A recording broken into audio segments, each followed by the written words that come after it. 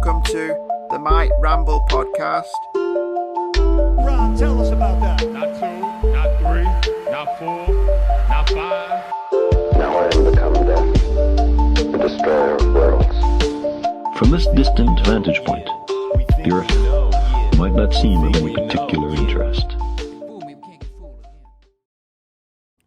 It's September 16th. Charlie Kirk was assassinated on September 10th. Really, for a decade, somehow I had absorbed this notion that Charlie Kirk was essentially a Nazi, a fascist, and some far-right figure that I had no interest in paying any mind to what he might have to say or what his actual content was. Those labels are so strong that it was social Chernobyl as far as any wish to interact with his content. And I don't know exactly where I first picked up those notions. I don't know that I ever had any conversations about Charlie Kirk with others or really listened to anyone else talk about him. Yeah, and so I bumbled along from 2015 until 2025, and I try to stay up to date with what's going on politically. I think it's important to be an informed citizen, and I also think that the Trump phenomenon and the entire remaking of the Republican Party as a result will be studied for a long time. It is something unique, and I don't quite understand how it happened or why it happened, but I realized that, probably about a decade ago, as then candidate Trump was running laps around the other Republican candidates. Yeah. And so Charlie Kirk was assassinated on September 10th. And how this went down for me, I was going to an event to just go and co-work with some people, with some friends. And I pulled up to the parking lot. I was having a good day. And I don't really use X or Twitter real often, but I've been more active on there recently, doing some consulting for these guys for this nutrition product, and they wanted me to be on X, so I was on X. And so I checked my X, just sitting in the car, the parking lot of this coffee place. I opened it up and accidentally, right in my face, come across this video, this graphic close-up video of Charlie Kirk being shot. And I don't know, it's not that I've never seen anything like that before. I definitely don't spend time watching that type of material. Unless I think it's absolutely necessary to understand, the context or brutality of something. For example, when Hamas attacked Israel, killing over 1,000 people, many people died and were taken hostage from and assaulted, and terrible things to women, from a dance festival, like a rave type of thing that was going on in Israel. So that would be an example where I thought, to understand the exact brutality and context, I was like, I should probably know a little bit about what that actually looked like. And it was horrendous. Sorry, this was a bit of a tangent. But so I just run smack dab into this close-up video of Charlie Kirk being shot, and I instantly knew he was dead. There was no doubt in my mind, and I was pretty shaken up. yeah, it was a horrible video.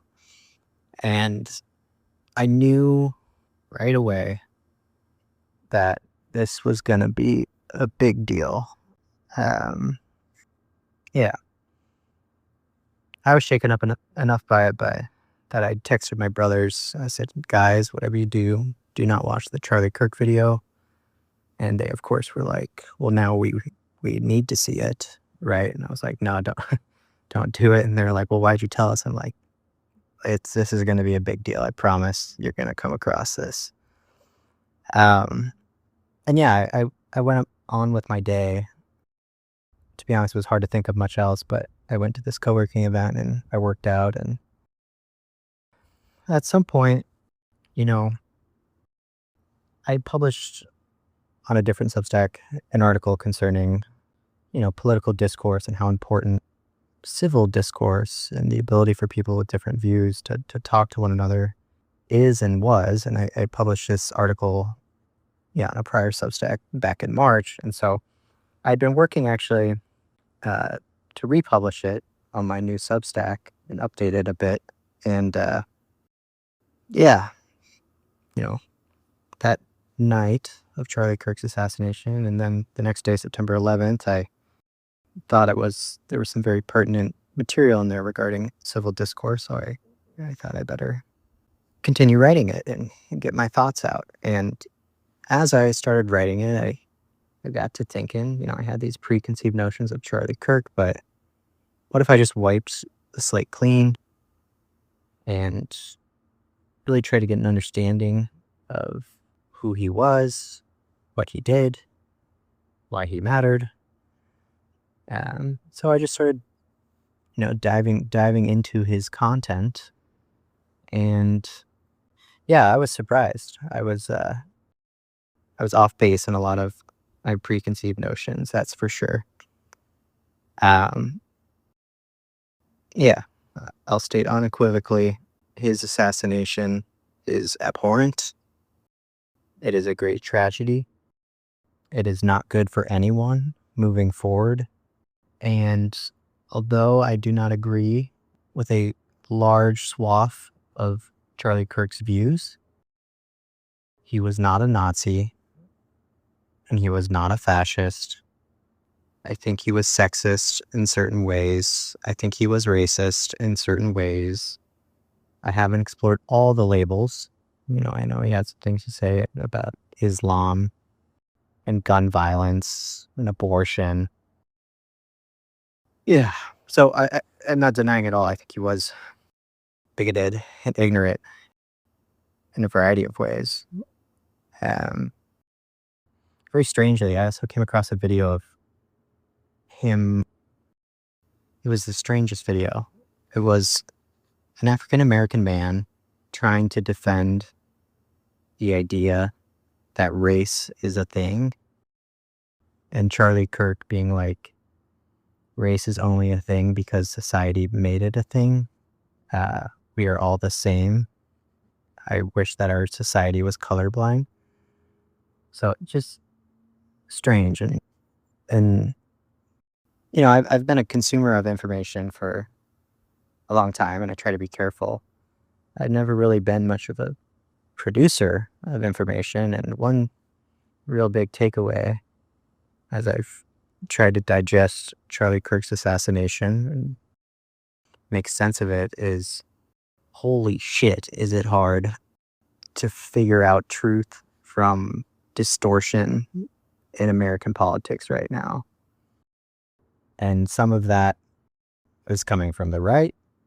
Some of that is coming from the left.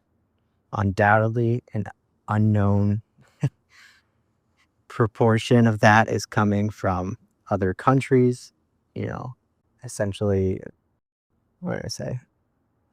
Digitally interacting with our information in a way that produces static in our lines and amplifies distortions and things that will, hopefully metaphorically have us at each other's throats. Yeah, it's impossible to sort out with 100% accuracy. And I don't ever wish to put out misinformation or bad material, but that's hard. I can see how it happens with political stuff, that's for sure. Yeah. So I don't know. I don't know what it all means. It definitely feels to me like a line has been crossed. I know people say that in regards to when 9/11 happened. I have no memory of 9/11 happening, but normal, everyday people, that I've talked to, and they talk about 9/11, they were, they say, I knew the world was going to be different after that. And I don't know about the world, but it definitely feels to me like, yeah, American politics are going to be different here for at least a while. And political violence is not at all unprecedented in America. There have been periods where more of it happens and periods where less of it happens. And it's definitely a part of our history. 1 out of 3 presidents in the last 50 years have been shot at.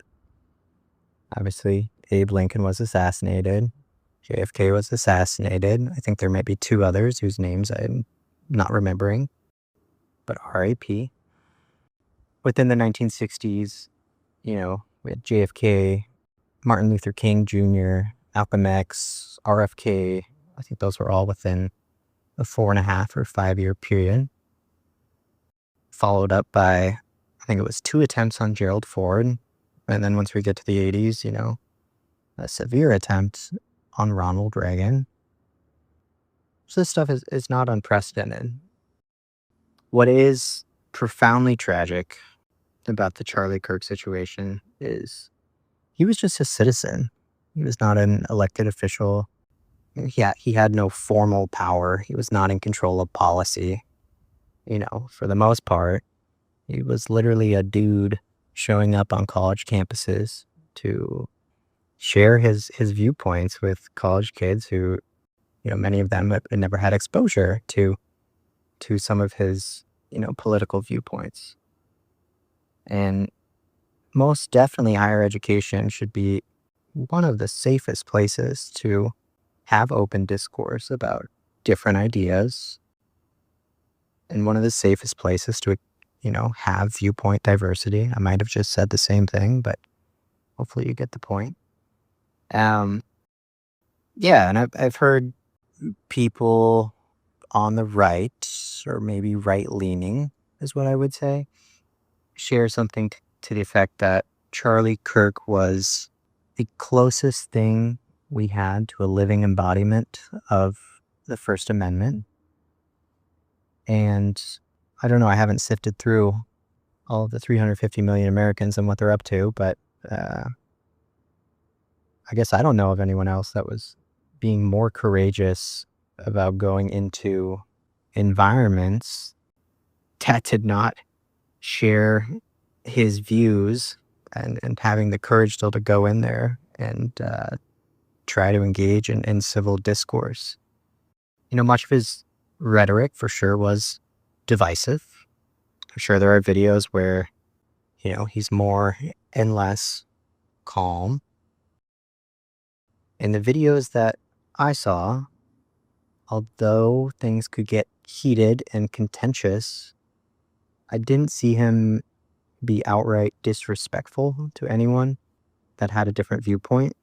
I thought he showed restraint in a lot of those videos. I also saw a lot of videos where it was not a heated discussion. It was Charlie and someone else on a microphone that was very different than him and had very different viewpoints. And it would be this calm discussion where they would express what they had to say to Charlie. And I watched over and over in a lot of these videos a respectfulness and a sincerity to listen to a different viewpoint and then, talk back with what he had to say, but not in a way that was, mocking them or belittling them. I actually saw a lot of positivity in terms of him expressing to individuals, had mental health struggles of, believe in yourself. Like, you can do this and a lot of graciousness in what he had to say to some people that thought very differently than him. Um, Obviously, I can't watch 100% of his videos, and part of the problem right now, technology-wise, we're playing with things that I don't know, and it doesn't seem that our biology is ready to handle. What's going on with social media is some type of mass psychological experiment. Seeing what happens when any of us can contact anyone else from anywhere at any time, and any of us can, build a narrative selecting from basically an infinite number of facts. And by selecting certain facts, ignoring others, you can present this narrative that seems convincing. And on the other end, the person that receives this convincing argument, it's a lot of work to try and figure out, is this accurate? Is this in its full context? Has this been misconstrued? Is there distortion? Yeah. So I don't know. I think we're playing with things that we have no idea what might be the ramifications here. And yeah, regarding political violence, coming back to that, 2020, we had the attempted kidnapping of Michigan Governor Gretchen Whitmer. I think 2022, the attempted assassination of Supreme Court Justice Brett Kavanaugh. I'm for sure going to miss things here, but we had the attempted assassination of President Trump, or I guess then candidate Trump. We had the attempted assassination of Pennsylvania Governor Josh Shapiro, and then the slaying of a Minnesota legislator, Melissa Hortman, and her husband, and I think the dog, which is terrible. Yeah, and all those things, aside from the Kavanaugh and the Whitmer, they've occurred in the last, 2 years or so. So, well, and now, the assassination of Charlie Kirk. So, yeah, a lot of bad stuff. And all of it's horrible. It has no place in our society. And, yeah, that's the thing. Like, one of my biggest takeaways, and this is something I've been harping on for a while now, is I hear and see people put these horrendous labels on others that don't agree with them. These various forms of bigotry that are applied to whoever doesn't think like me, whether it's misogyny or racism or transphobic or homophobic or, any number of terms. Not exactly my professional expertise, all the various forms of bigotry, and I also hear people use these severe labels like they're nothing, like Nazi and fascist. And yeah, I've heard that said about Elon Musk, or that Trump is a Nazi, or I don't know, probably Joe Rogan, right? And it's not just the left wing. The right wing, calls the people on the left Marxists and extreme radicals. And I don't know that extreme radical is exactly inaccurate for some of them, but it goes both ways. But I can't emphasize enough how important it is that we're really careful with those terms. When those terms get put on someone, even if they're inaccurate, they tend to stick, and we associate it with that person. And it's super easy, just as I had thought about Charlie Kirk, to absorb these notions, these horrendous notions about, people that maybe we haven't spent enough time or gathered enough information to come to that conclusion about them. And maybe one person has, right? And they sincerely believe that, and they express that, and they're able to defend why they think that. I can get on board with that.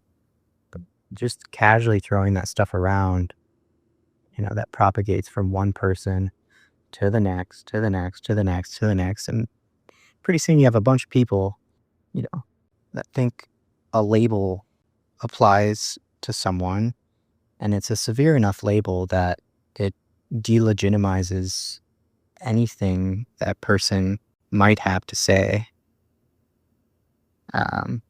Yeah, it's dehumanizing, and it's wrong to casually use those terms. And yeah, it makes it, in my opinion, way more likely for this type of violence to occur when we're throwing those types of terms around. The reason being that two things happen when you use those types of terms recklessly. One, they become imprecise and more blurry in their meaning. And two, if someone's been labeled a Nazi, there will be people in the world that take that literally, right?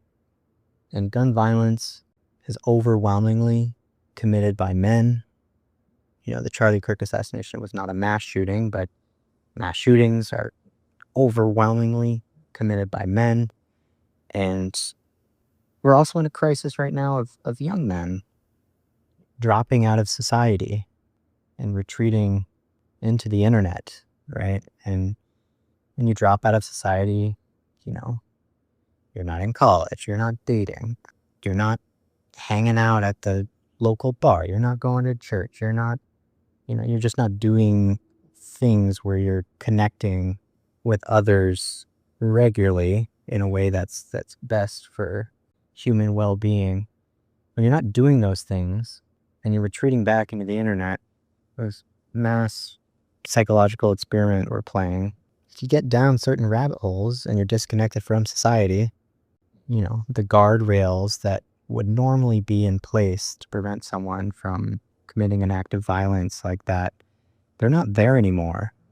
And if these types of terms like Nazi are placed on someone, right, and particularly placed on someone inappropriately, and then, a young man is down a rabbit hole, right, and becomes convinced that someone that he doesn't agree with is a Nazi, and he takes that literally, and he lacks the guardrails that would prevent him from committing violence, right?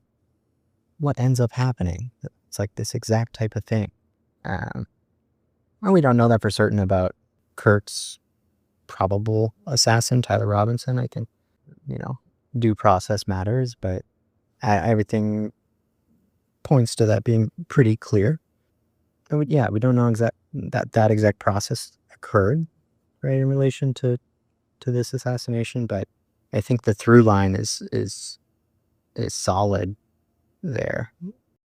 Key takeaway: need to be really, really careful about using those terms. And yeah, the other thing I guess I would touch on is, I don't know exactly if I can state this correctly, but most of us, I think, are pretty in the center, but we're shy are not asserting ourselves. We don't have leaders that are accurately representing, I think, the far majority of Americans that are not far out on the ends of the right or the left. The problem is the right and the left on the far ends are very loud. They have charismatic forces, right, explaining or trying to convince of their side. And I don't know that people realize this. When you get too far out on the right and you get too far out on the left, the ends of the spectrum start overlapping in terms of what they're composed of. It is full of bigotry and hate, right? In various ways, in various forms, but it's the same goddamn thing. Anything that the far right and the far left are on the same page about is a bad idea, right? Whether it's racism or reverse racism or I don't know. Yeah, but those are my thoughts. I've absorbed a lot of content over the last week, so I'm going to take a break. Has not been good for me, that's for sure, but I thought it was important. So that's all I got. Peace.